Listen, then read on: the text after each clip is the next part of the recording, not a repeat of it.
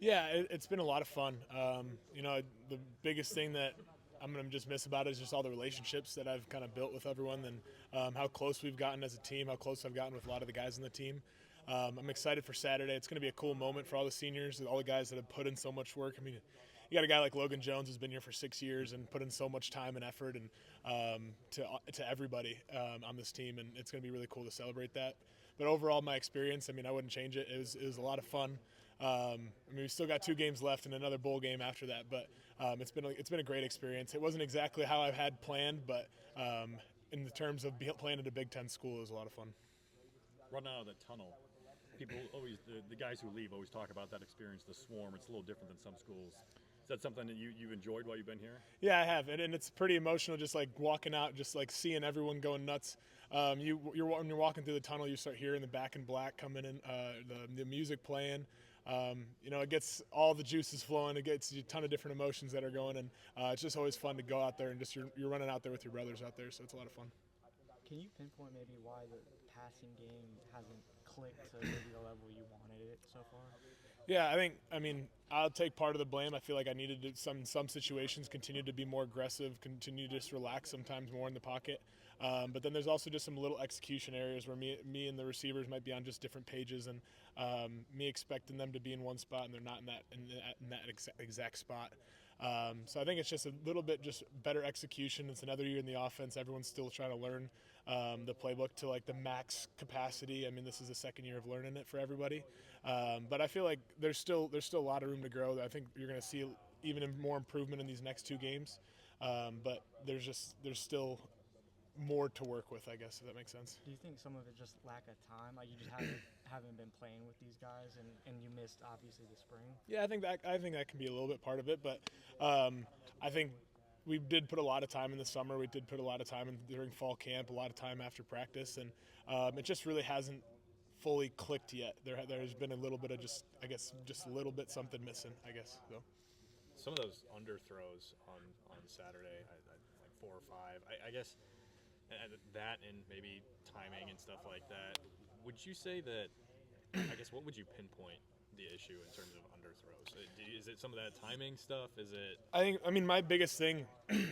I always try to just give the guys an opportunity to make a play. I try not to overthrow guys as much as I can, like as much as possible. If I underthrow it more than overthrow it, the underthrowing is going to give the guy an opportunity. Obviously, like, there's one to Weege coming on a high cross. I just kind of end up pulling down on the arm.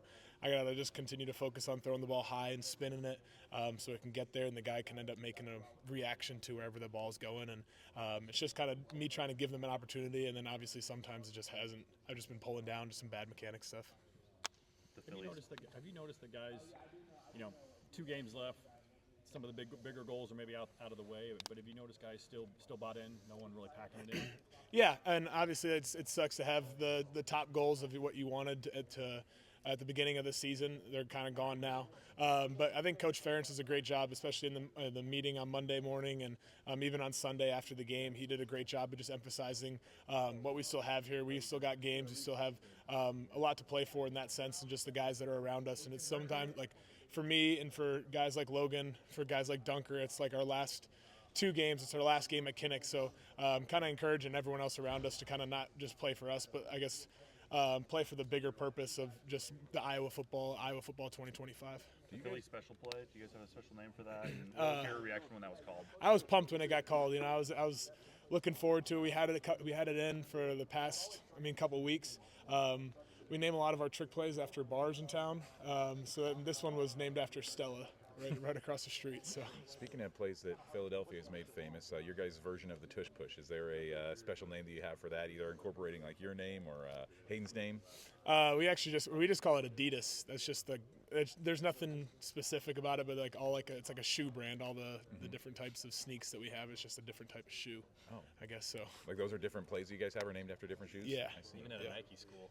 I know. Well, we have one that is Nike too. Okay. There's just like a bunch of different names. So if you can ever think of a shoe, we probably have a play for it. Can you walk me through that play, because you've executed it a lot this year, either on the goal line or on 4th down situations. I feel like you're just kind of getting pancake between Logan Jones and Hayden Large. It seems like it'd be a potentially painful situation you. Yeah, no, it's actually not as bad as you think it is. But when I'm getting up to the line of scrimmage, I'm always motioning large into the backfield or one of our tight ends, and I'm kind of looking at trying to find a soft spot if I can. And sometimes their defense is like perfectly even. There's no soft spot. So I usually always try to follow. I always usually go to the right because I like holding the ball in my right hand. And Peep has a huge squat numbers. Lojo has huge squat numbers. So just being able to follow those guys, they're going to end up at least getting you a yard no matter what. Was that your first receiving touchdown in your football career ever? No, I had a couple at SDSU as well. But Okay. yeah. What's it take to get a receiving touchdown as a quarterback? I don't know. I think it's always usually something pretty fun whenever that ends up happening because it's always some sort of trick play. And, we always work on it in practice. You never know if it's actually going to get called in the game, and it's always super exciting because then you also get a receiver that throws a passing touchdown or a running back that throws a passing touchdown. So everyone's always usually having fun, and that's what makes football fun in the end.